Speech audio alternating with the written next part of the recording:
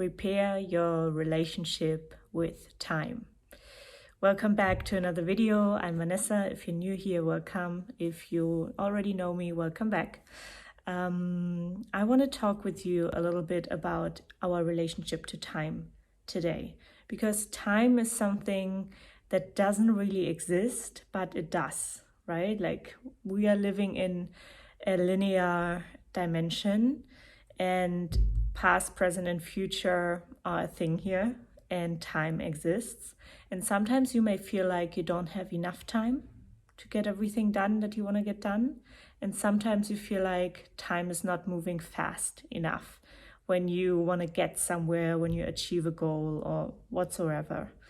So why I'm saying repair your relationship with time, this took me a long learning curve to realize that time can be my friend.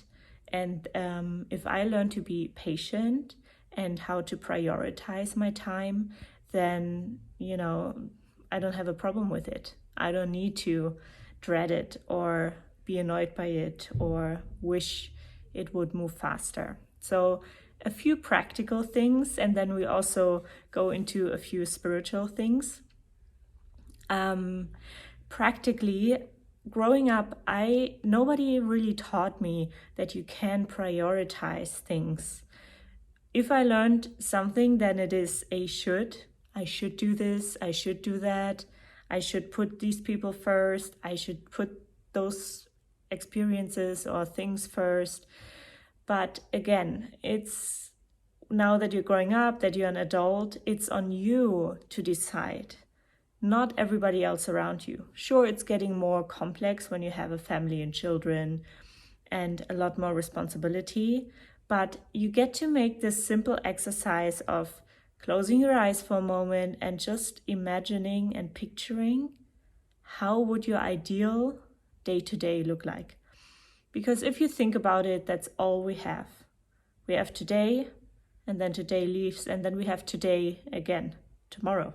And then we have today again the next day. And I think a lot of people always live in the future and are not present in the here and now. You know what I mean? I know a lot of people talk about this, but really think about this. When you can be present with what you have, you're going to be so much happier because you're not constantly using up all your energy, hoping and wishing and dreading that you cannot be in the future yet, that you haven't achieved that thing yet, that you haven't met that partner yet, that you haven't found your purpose yet, whatever it is.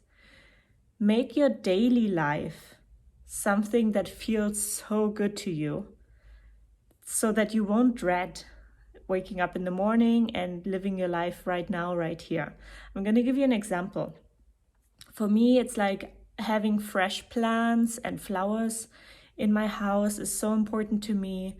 Another thing is I never used to like cleaning my house and watering the plants. That was always something the last on my list, like, oh, I need to do that, And now I'm really enjoying it because I work a lot on the internet, on my computer, and I love using my hands now. So I put in some music or some meditation music or a podcast, and then I'm really enjoying cleaning my house because this is the place that I live in and I want to feel good here. So whatever you do, if you do it with love and devotion, then the energy in the house will be completely different than when you feel like, oh, I need to clean the house, this is so annoying or whatever. You'll have a different energy in the room. So whatever you do, I feel like this is also a thing when you're cooking. Whatever you do, if you do it with love, it makes a whole difference. And that may sound so cheesy to you, but just think about maybe your grandmother, the way she cooked with time or whatever, and she put a nice meal on your table. Or somebody who really makes a present for you with their hands. You are like, oh wow, that's so special, Why not treat yourself like that and your family if you have one, right? So you can make everything you do a ritual. That sounds so stupid, but I put on a candle and an incense when I clean, because I just want to have a good feeling while I do something that I don't prefer to do. So, like, make things ritualistic. And some people may say now, oh, I don't have time for that. And here comes this thing where we have to look at ourselves and say, do I not have time, or do I not want to prioritize this thing? A lot of people say, I don't have time to create a healthy lifestyle. I don't have time to, do healing work. But then we don't feel happy and fulfilled in our lives. And so we need to take a decision for ourselves and prioritize things that make us happy. Because when we fill our own cup, we will overflow and give others joy and happiness and love from our overflowing cup. And I think, yes, a lot of us are so busy. And unfortunately, in our society, it has become such a rewarding activity to be more busy than you could be. Yeah. And I feel like it all started with the Industrial Revolution, where we became all machines and, stopped living in natural rhythms. And I feel like it's starting to become time to reverse that. People are starting to open their hearts more, living from their heart, trusting life more. And here's my third point. Trusting life means trusting the rhythms and the flows of life. Life has seasons: spring, summer, autumn, winter. If you're currently in a winter season, that doesn't mean that's wrong. Doesn't mean that just because not much is going on, or you just lost your job, or you don't have one, or you don't know what to do next, doesn't mean that you're wrong, in the wrong place. The universe, God, source, however you want to call it, I would really recommend you to develop a relationship with a higher power, because this way you feel connected to life and to nature and to hope also. Because, living life in this quote unquote realistic physical world is one way, but there are also other ways. And maybe it's a nice thing to open your mind and say, hey, you know what? I'm going to give this thing a try. Because what do you really have to lose? Sitting yourself down and starting to listen to your little urges and little desires inside.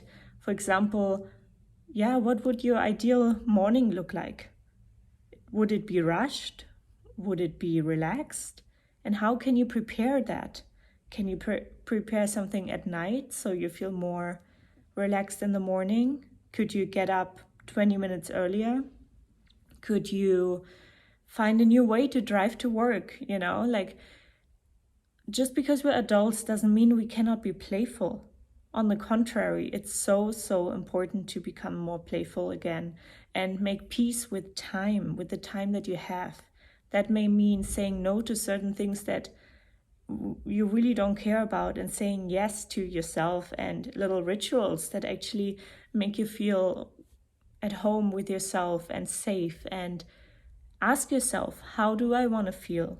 What are my needs that I need to meet myself first? And possibly can ask other people around me to help me meet. So when I talk about befriending time and repairing your relationship with time, then I mean really past, present, and future.